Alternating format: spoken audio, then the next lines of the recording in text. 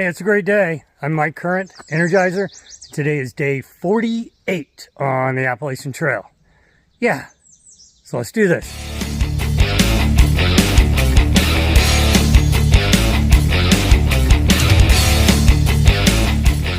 So for today, miles on trail day. That's what today is all about.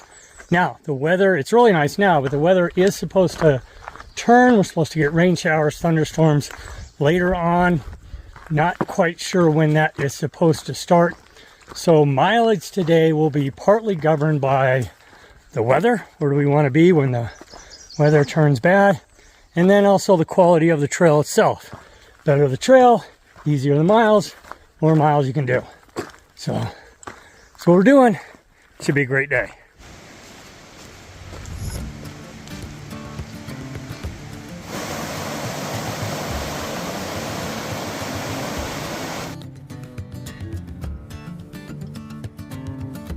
Been walking along the riverbank for over a mile now, waiting to see when we were going to cross.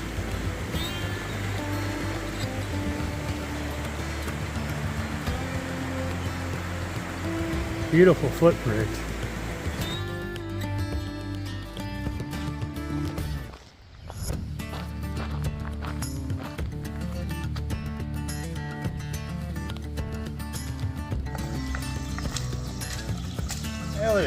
Hey. Oh shit. How's it going? It's going great. I'm walking along the side of this ridge for a couple miles. Now normally when you're on a ridge, you go to the top. You walk along the top, but for some reason the trail is just kind of going along the side here. I'm sure there's a reason for it, but unfortunately you just, because of the location, you just can't get the good views. Finally got up on top of the ridge. Yeah, just pretty, and the quality of the trail greatly improved as well. So this lookout area, it's actually a little off the trail, but I've been dying for a view all morning long, so I decided to take it.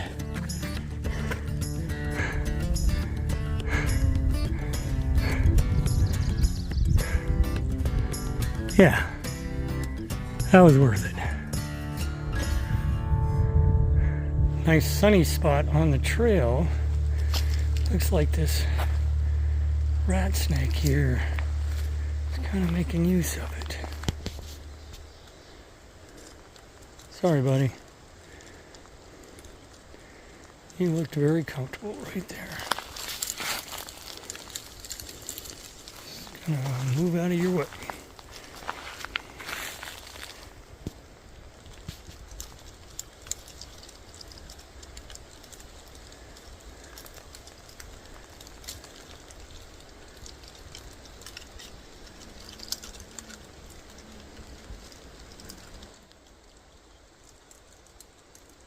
Decent size.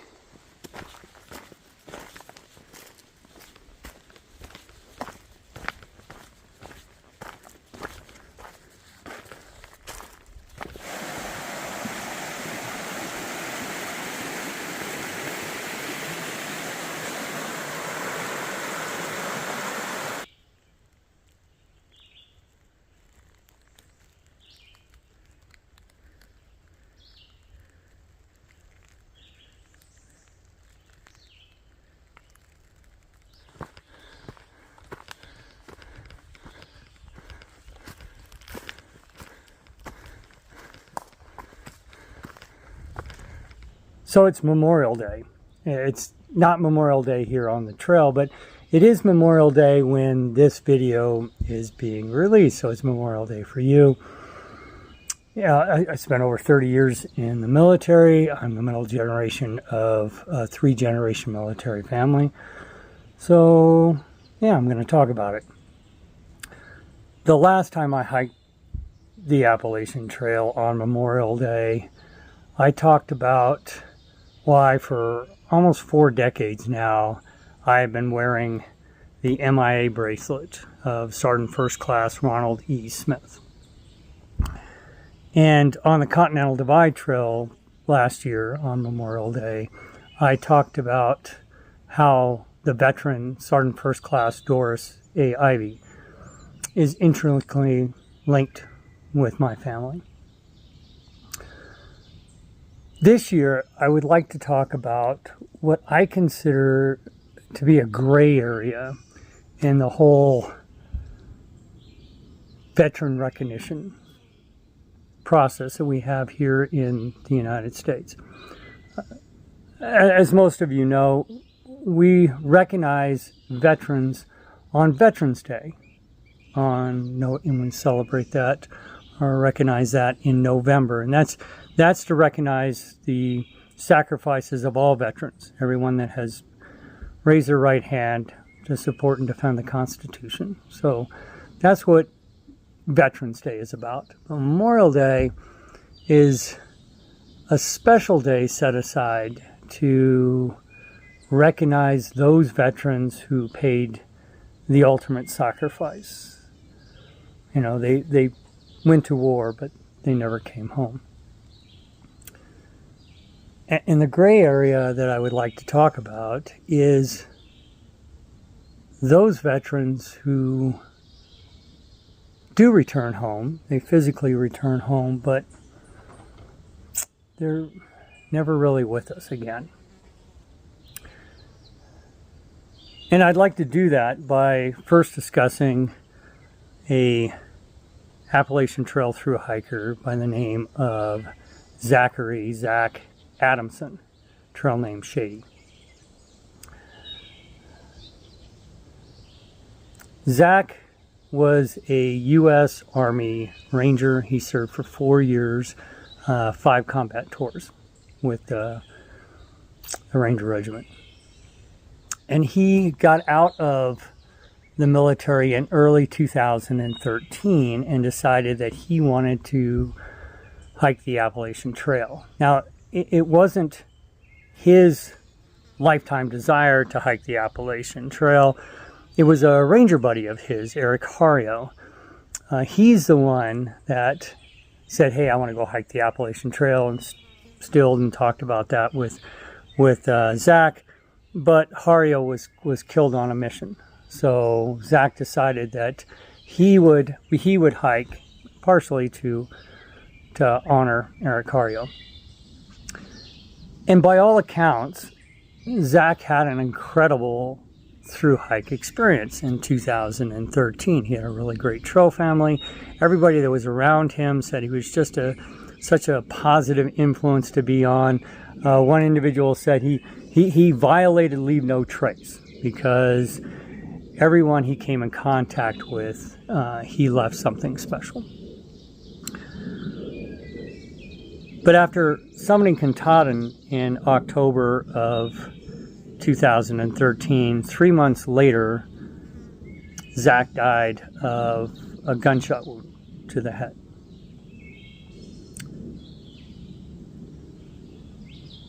Now, I know that the number 22 has been thrown out. 22 veterans commit suicide every day. There is a misnomer to that number that's not quite accurate, but the sentiment behind it is true. The number of veterans that commit suicide is higher than the national average, and civilians want to know why. Why some tough guy that's been to war, why the suicide rate can be higher, and it really comes down to 3 factors. The first is veterans are trained to kill and trained to be very efficient at killing. So without putting too much of a point on it, the efficiency rate between suicides among veterans and suicide attempts is higher. And then you have where veterans, through the training process, are learned to devalue human life. It's just one of the things you need to do to do the job, and to devalue your own life. I mean, you were looked on as just another piece of equipment, like the Humvee or the tank, you know, a means to the ends. And so those three factors make it to where veterans are more prone to commit suicide if they have PTSD or a mental illness. And the problem with veteran suicides is you never really know who's at risk. I mean, veterans are really good at, you know, putting up a good show, a good face, false bravado. And so you never really know who is at risk. A little over 10 years ago, I was at a Christmas party. I was still on active duty, and a friend of mine was throwing the Christmas party. It was a very big house, very, very big party. Just about everybody at the party was either active duty or retired senior officer. You know, and all the guys were, you know, dressed up, coat, tie, suits, and all the ladies had their really nice cocktail dresses on, and it was just a wonderful time with all of my friends and colleagues and enjoying it. And then right in the middle of this party, I was like, I think I was in the family room, and I was just having a wonderful experience, you know, great friends, great music, great food, and I had a PTSD moment. And I had to get out of there. You know, no time to go look for the wife, you know, in the big house and say, hey, I'm leaving. No time to find the host and give my thank yous and regrets. I needed to go now. And so I made a beeline for the kitchen because I knew the house. I knew the kitchen had a back door. That was the quickest point of egress. But it was a big kitchen. It was a big kitchen. And there were a lot of people there. And I am trying to weave my way through all these people so I can get to the back door. And I'm doing pretty good. You know, people want to talk, but I'm making my way. And finally, I get to the back door. I got my hand on the back door. I'm just about to put my hand on the doorknob, and a lady stops me. And I turn and I look, and it's the spouse of a colleague of mine. Now, he's in a different department. He's not in my department, so we don't hang out.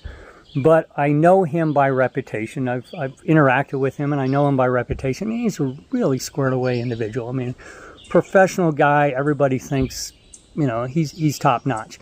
And by extension, I knew his spouse, and she wanted to talk. So I pulled it in, gained my composure, and talked to her for about 30 seconds. And then I was gone, out the door. I remember that memory distinctly because less than a year after that party, the spouse's husband, the one I was talking to right there at the end, he would take his own life in similar fashion to Zach Adamson. So like I said, you never know. You don't know who's at risk. If you'd like to learn more about Zach Adamson and Travis Johnson, the person who put the memorial for Zach Adamson at the base, the trailhead of McAfee's Knob. If you would like to learn more about them, I invite you to read the book by Cindy Ross, Walking Toward Peace, Veterans Healing on America's Trails. And on this Memorial Day, you know, between barbecues and seeing family members and that sort of thing. If you've got a little bit of time, please visit the website of Warrior Expeditions. Look at what that organization is trying to do. An organization totally designed to help veterans go on through hikes, to help in the healing process from PTSD. Please spend some time on their website. And if you feel so inclined, please donate to that organization. Your donation can literally change a person's life and perhaps save a person's life. Memorial Day. Kelly Knob view, 120 yards down a Blue Blaze Trail. This is the second view of the entire day. First one was down a Blue Blaze Trail as well, so yeah, I'm gonna take it. And a rock scramble. Well, a little too many leaves for really a view.